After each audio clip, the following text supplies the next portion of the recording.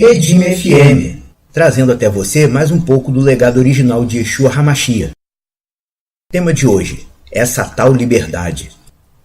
Hoje falando um pouco sobre o mais atual vício do meio evangélico. O sistema evangélico está viciado na liberdade. É isso mesmo. Hoje eles só conseguem direcionar seus estudos e pregações e músicas para um único objetivo: te ensinar que você é livre. Você é livre e que você é livre e que você é livre. A maioria já não canta nem mais para Deus.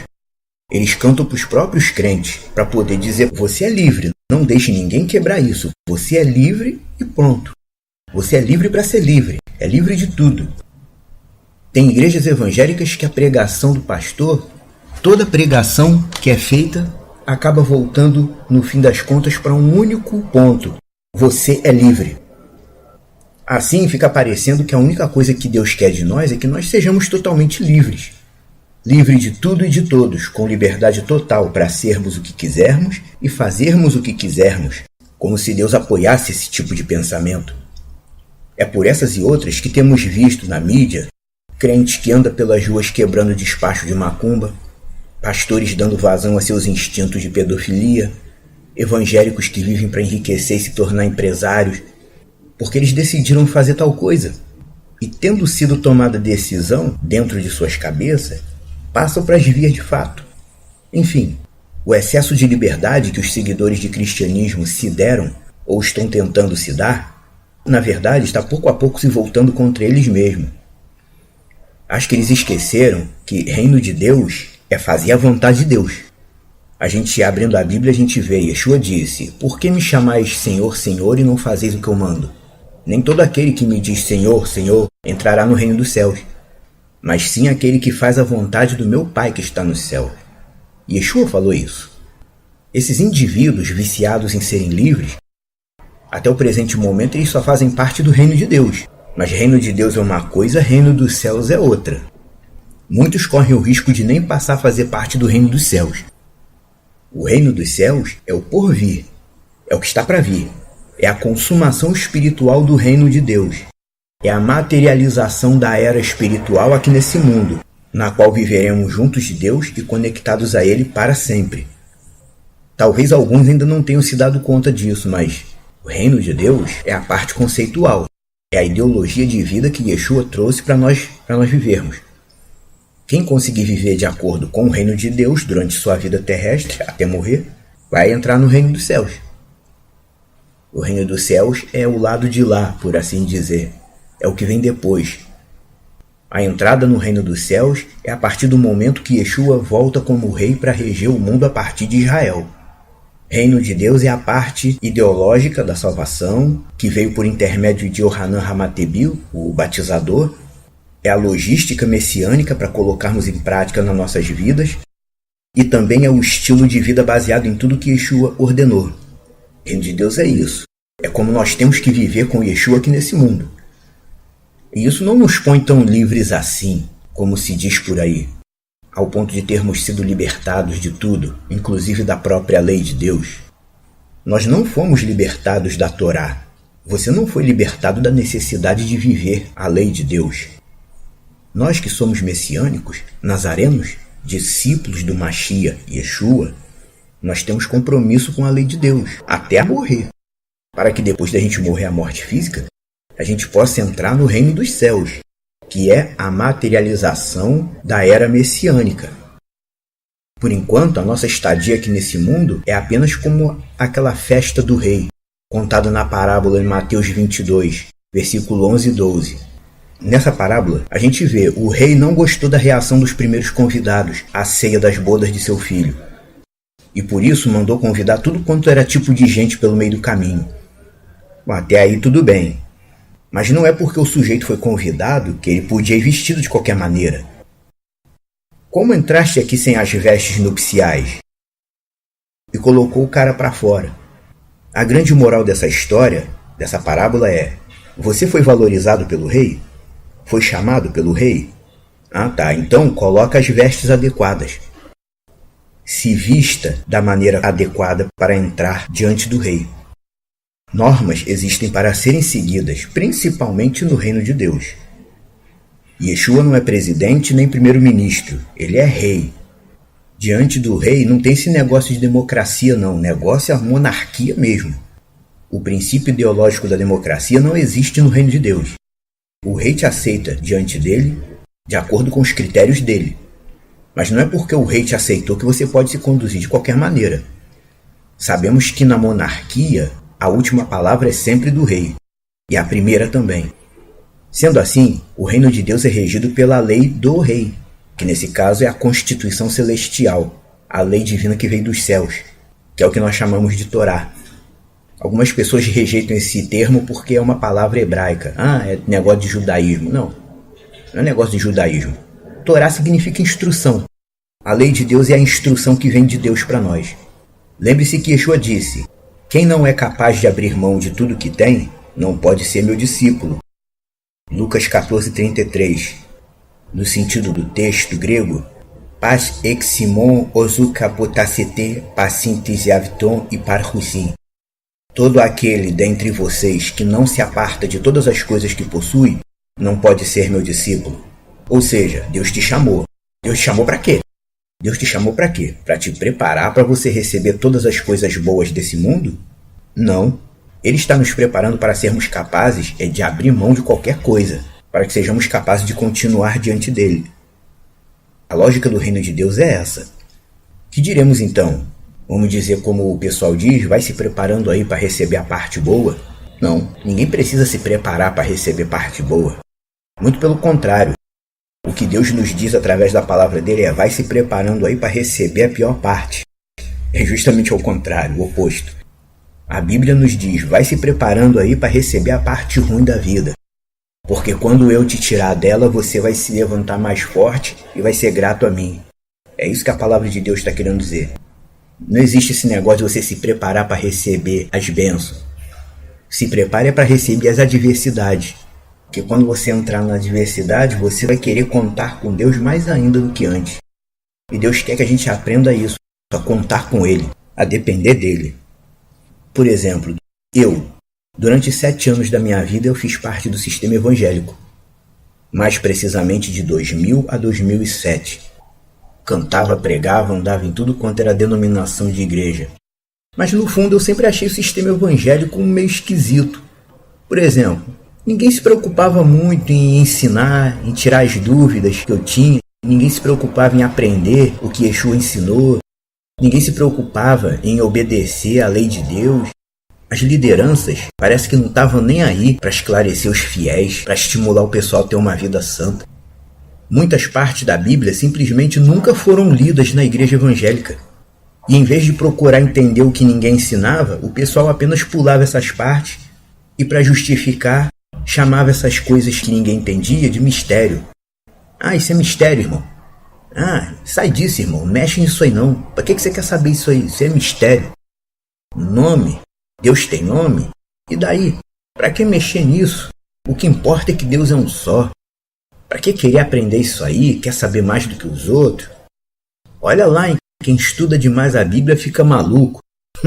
Cansei de ouvir isso. O que importa é que Jesus Cristo é Deus. O que importa é que Deus morreu por nós. E nós fomos libertos da lei porque a lei é maldita. Agora nós só precisamos acreditar que Jesus Cristo é Deus. Só isso basta. Basta acreditar que Jesus Cristo é Deus. Era basicamente esse tipo de coisa que eu ouvi e aprendi no meio evangélico. E com base nessa linha de pensamento, eles seguem em frente, até hoje. Não sabem nada sobre o Deus que dizem servir, dizem que o nome de Deus não importa, mas fazem questão de chamá-lo de Jeová. O nome não importa, mas estão tudo chamando Deus de Jeová. Isso porque o nome não importa. Imagina então se importasse. Só mesmo pessoas que não sabem nada sobre Deus têm coragem de falar tanta bobagem por metro quadrado. Em primeiro lugar, nome para Deus é a coisa importante. Nome para Deus importa sim. Tanto importa que algumas pessoas, a gente vê na Bíblia, algumas pessoas ele mudou o nome. Outras, ele mesmo deu o nome. Ao nosso pai, Abraão, ele disse: a partir de hoje seu nome não é mais Avram, agora é Avraham. E disse também: o teu descendente será um filho teu, e você chamará ele pelo nome Isaac. Deus se preocupou em dar o nome. Sobre Jacó ele disse: o teu nome agora será Israel. E quando o anjo Gabriel trouxe a anunciação do reino a Miriam, ele trouxe junto o nome que ela teria que colocar no menino. E porás o seu nome Yeshua. Mateus 1:21. Deus poderia ter dito: porás nele o nome que você quiser, porque o nome não importa. Entendeu o que eu quero dizer? Eles ficam dizendo que o nome não importa. Os deuses das outras religiões, todos eles têm nome. Não existe uma religião aí que pregue um Deus sem nome. Não existe uma. Em todas as religiões onde o pessoal tem seu próprio Deus, esses deuses têm nomes. Até no panteão teológico japonês. E olha que o japonês é um povo que nem liga muito para esse negócio de servir a Deus, adorar a Deus. O panteão japonês tem centenas e centenas de deuses, mas todos eles têm nome, cada um tem nome. E não é só questão de nome não, essa questão exagerada sobre liberdade também já está ficando esquisita. Deus não se agrada de quem toma decisão à vontade, não. Deus se agrada de quem se submete à lei dele. A lei dele te diz como você tem que viver. Quando Shaul foi abordado por Yeshua no caminho de Damasco, que a luz de Yeshua cegou Paulo, ele disse para Paulo: entra na cidade que lá te dirão o que você deve fazer. Se você anda com Deus, Deus te diz o que você deve fazer. Ele não quer que você decida livremente, não. Se você anda com Deus, Deus te diz o que fazer.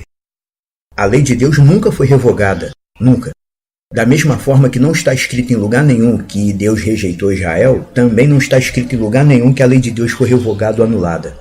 Muito pelo contrário, o nosso Deus, Yah, é monarca, é rei, é imperador soberano e governa seu povo. Ninguém governa sem lei. As leis existem para um soberano reger seu povo. Yah é Deus, e ele trouxe sua lei aos humanos, a Torá, que é a Constituição Celestial.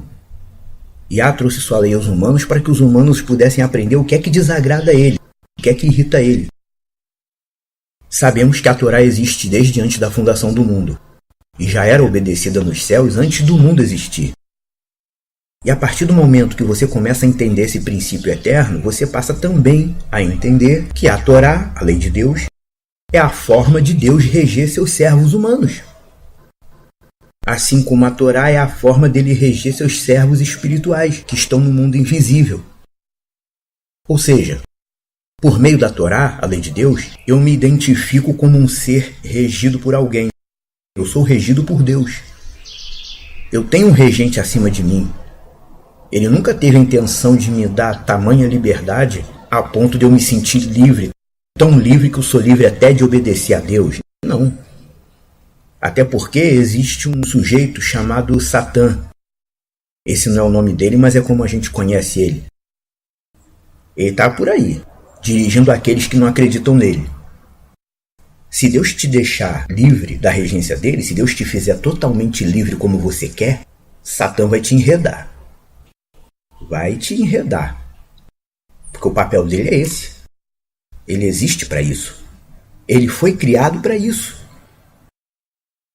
Os anjos caídos foram desobedientes a Deus, mas eles não foram criados para serem desobedientes. Eles foram rebeldes em nome de um prazer diferente. Mas Satã não. Satã foi criado para isso, para fazer oposição. Tanto que os judeus chamam Satã de Ha-Satã. Ha-Satã significa aquele que se opõe. Satã é uma oposição controlada. Ele não faz o que ele quer, ele faz o que Deus manda. O próprio Satã sabe que não existe essa liberdade total de tudo e de todos. Ele sabe. Na verdade, essa liberdade total de tudo e de todos, isso é tão satânico quanto o próprio Satã em si. O sujeito que leva a sério essa tal liberdade, na verdade esse indivíduo está aperfeiçoado na mente de Satã. Enquanto Paulo escreve aos Coríntios dizendo que nós temos, ou temos que ter, a mente de Machia. Eu, como messiânico, eu tenho que ter uma mentalidade messiânica, e não uma mentalidade satânica.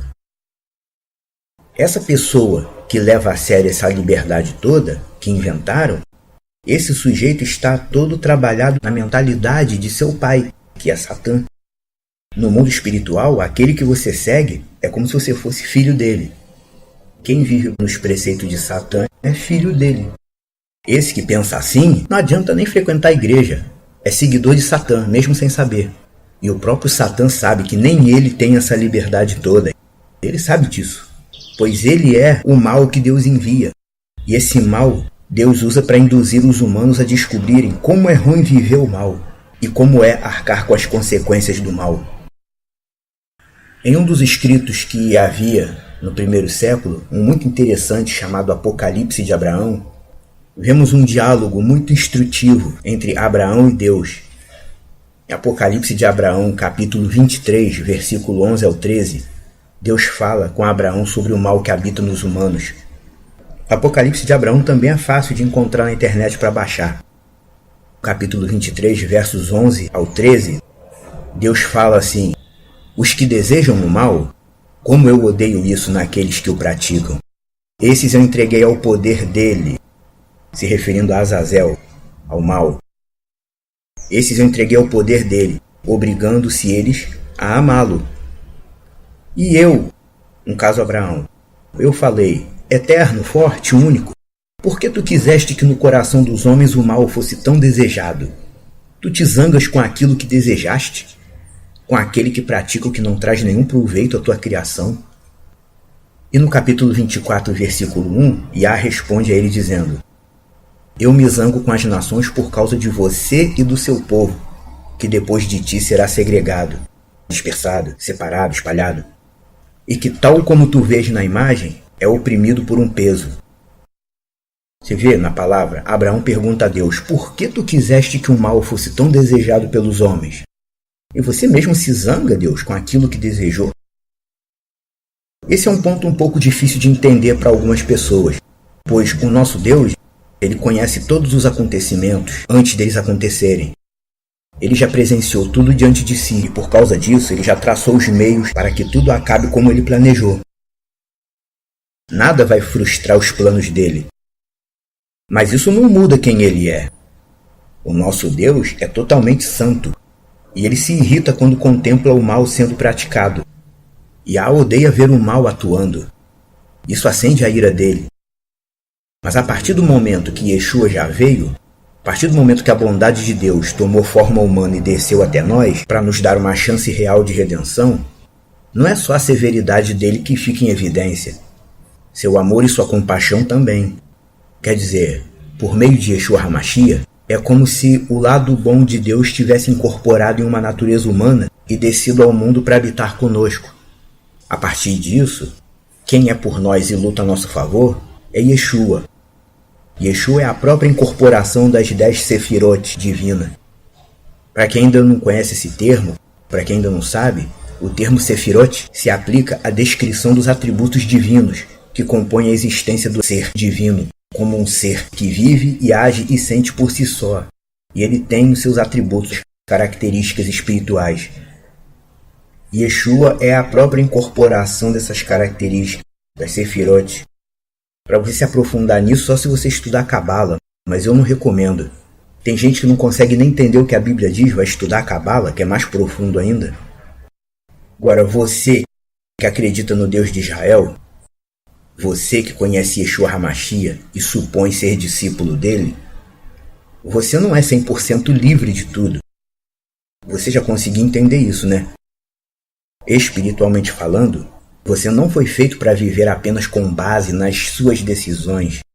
Você não foi feito para viver com base no que a tua cabeça produz. Nem você, nem eu. E nem ninguém. Na verdade, Deus se agrada daqueles que se submetem à lei dele. O único sacrifício que Deus quer de você, vamos usar a palavra sacrifício, que o pessoal gosta de usar. O único sacrifício que Deus realmente quer de você é que você se adeque às leis dele, que você rearranje a sua vida em torno da vontade dele. É esse o sacrifício que Deus quer de você, de mim, de todos os humanos. Deus sabe que para nós, meros humanos, seres pequenos e sem poder nenhum, até o nosso enquadramento na Torá é difícil e complicado. Até para a gente se enquadrar na lei dele é complicado. Mas para você conseguir superar esse obstáculo, você precisa parar de olhar para a Torá com a mesma literalidade que os judeus a olham e passar a entender a interpretação que Yeshua deu à Torá. Os judeus consideram o judaísmo uma religião difícil porque eles tentam obedecer a Torá de forma literal. Mas a Torá é espiritual, ela não é literal. E nem é para ser. E Yeshua sabia bem disso. Aprenda a interpretação que Yeshua deu à Torá. Como ele é Mashiach e ele é nosso mestre, quem é discípulo dele tem que seguir a interpretação que ele deu à Torá. E aí, fazendo assim, você vai conseguir entender por que Paulo disse que a letra mata e o espírito faz viver. Pense nisso. Rádio Redime. Rádio Redime. Rádio Redime. Rádio Redime. Acompanhe nosso material. Você não precisa pagar nada. É tudo hospedado em plataformas gratuitas. Projeto Reina é o legado de Yeshua HaMashiach, o Salvador dos humanos. É a expressão não judaica do caminho do Nazareno. Projeto Reina prega Yeshua sem pregar judaísmo. Acesse nossas páginas na internet: youtube.com/Projeto Reina, facebook.com/Projeto Reina, twitter.com/PJ Reina e projetoreina.tumblr.com.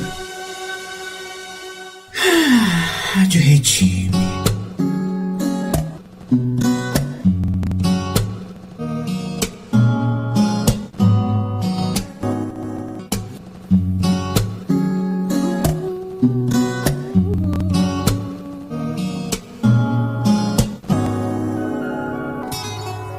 Graça de Yeshua repousa sobre mim.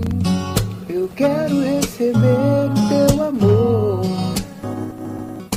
Graça de Yeshua repousa sobre mim. Eu quero entender o meu valor. Graça de Yeshua repousa sobre mim. Define o meu jeito de viver. Graça de Yeshua repousa sobre mim. Pra que quando esse mundo se tornar pior, eu possa receber o teu amor. Já que eu não posso merecer o teu amor, eu posso ao menos receber teu favor.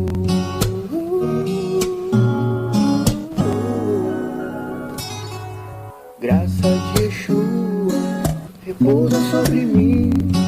Adequa o meu jeito de viver. Graça de Yeshua repousa sobre mim. Me ajuda a caminhar e vencer.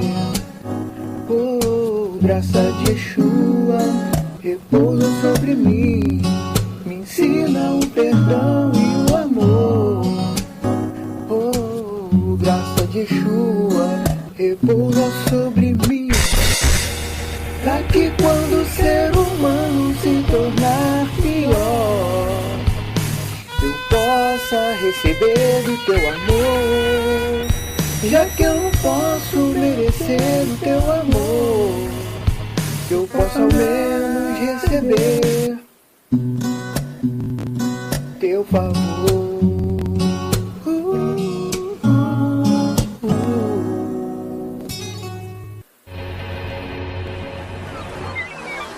Rádio Redime.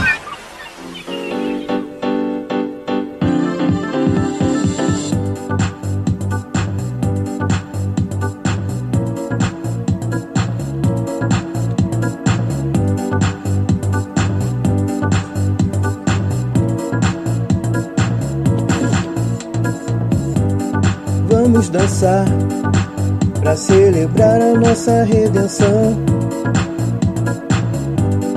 Vamos louvar com ações de graças e com gratidão.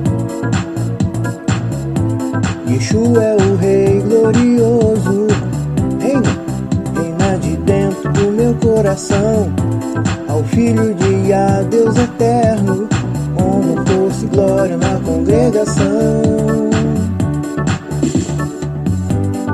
Vamos dançar pra celebrar a nossa redenção. Vamos louvar, ações de graças e com gratidão. Yeshua é o Rei glorioso, reina de dentro do meu coração. Ao Filho de Yah, Deus eterno, honra, força e glória na congregação. Quem tem o Filho de Deus tem a vida eterna e nunca mais irá perecer. Mas quem não tem o Filho tem só mais um problema para resolver. Quem tem o Filho de Deus tem a vida eterna e nunca mais irá perecer. Mas quem não tem Mashiach tem só mais um problema para resolver.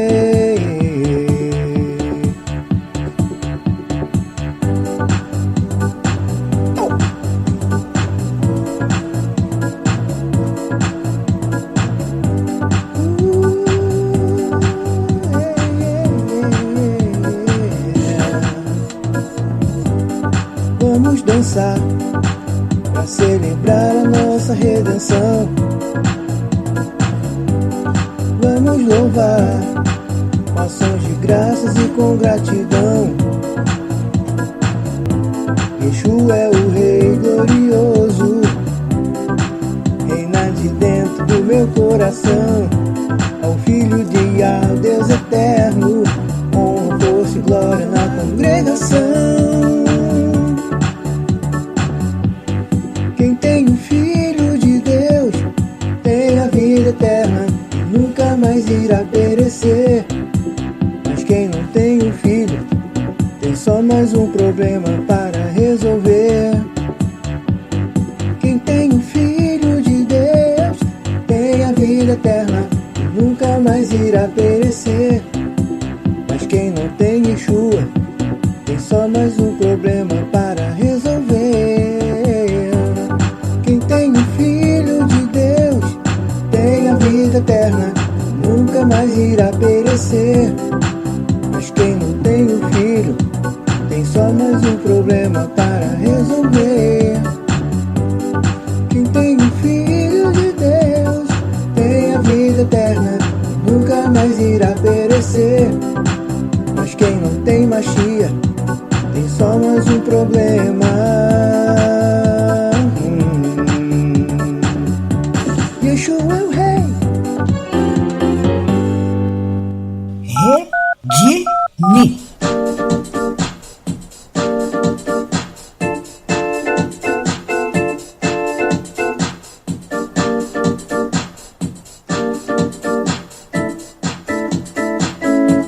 Louvai ao Senhor,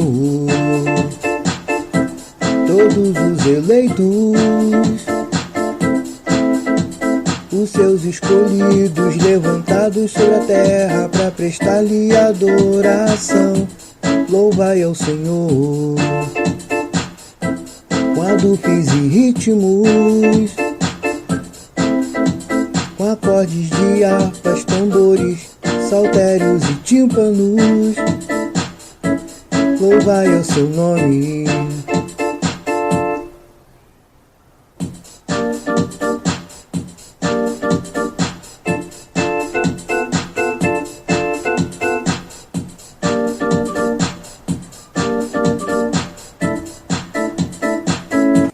Louvai ao Senhor, todos os eleitos,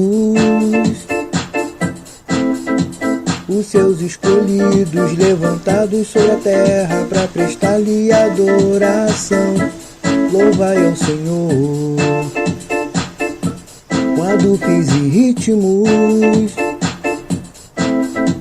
com acordes de harpas, tambores, saltérios e tímpanos.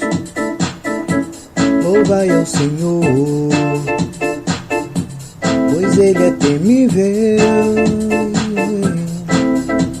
Quando Ele decide fazer algo novo, ninguém pode o impedir.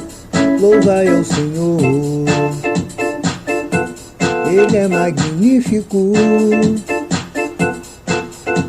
Seu trono de glória se encontra acima dos querubins, acima dos querubins.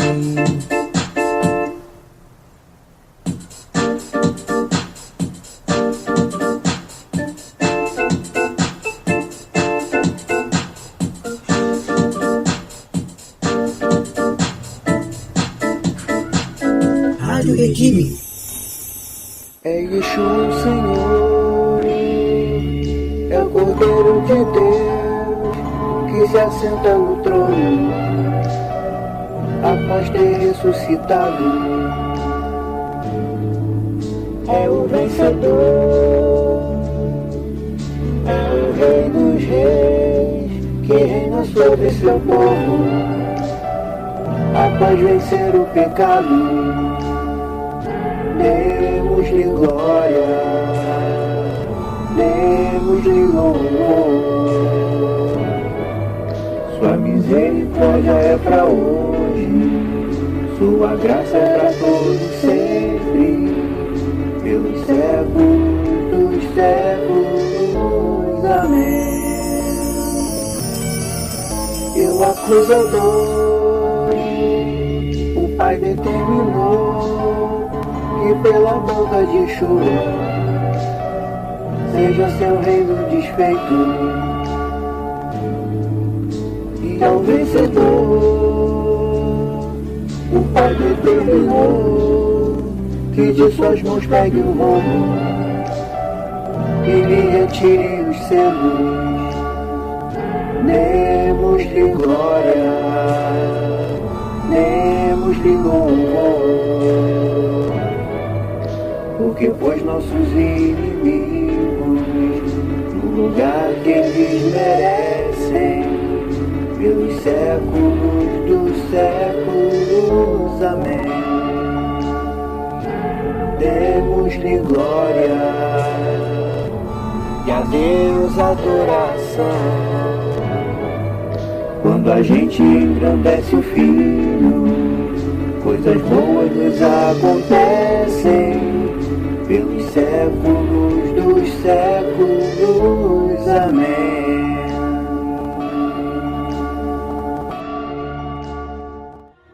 Momento devocional. E eu digo assim: Adonai é rei que rege, é pai que corrige, é mestre que dirige sua santa congregação. Adonai governa com a justiça, dirige com a verdade. Adonai lidera com a autoridade. Adonai dá força ao fraco, dá saúde ao doente. Adonai dá rumo ao barco e segue em frente. Adonai é rico, Adonai é forte. Venceu o pecado, ele venceu a morte. Adonai envia o sol, Adonai envia a lua. Adonai enviou seu filho Yeshua, 3 vezes santo, Deus rei e mestre, norte e sul, leste e oeste. A Adonai eu oro, a Adonai eu louvo, a Adonai eu adoro. Glória para sempre. Amém.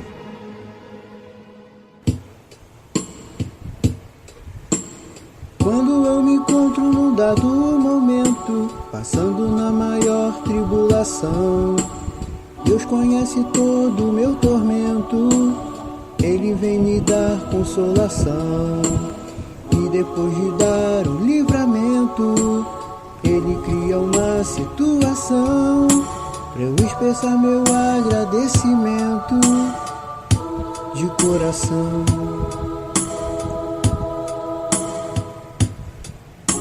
Sempre que eu passo no funil da prova, Yeshua vê a minha atuação. E quando estou perdido numa cova, Ele cria uma situação e a minha força Ele renova. Me experimenta e me aprova como obreiro bom.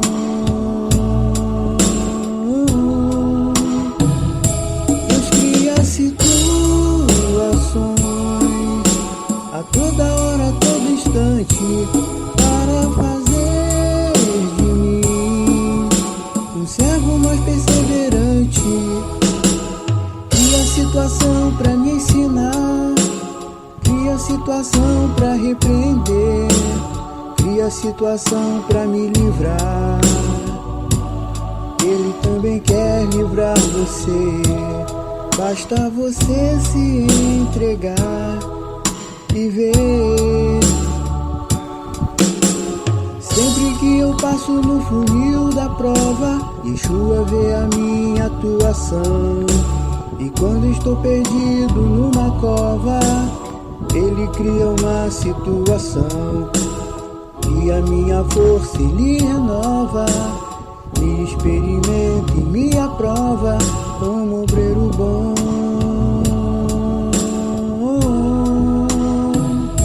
Deus cria situações a toda hora, a todo instante, para fazer de mim um servo mais perseverante. Deus cria situações a toda hora, a todo instante, para fazer de mim um servo mais perseverante. Cria situação pra me ensinar, cria situação pra repreender, cria situação pra me livrar. Ele também quer livrar você, basta você se entregar e ver.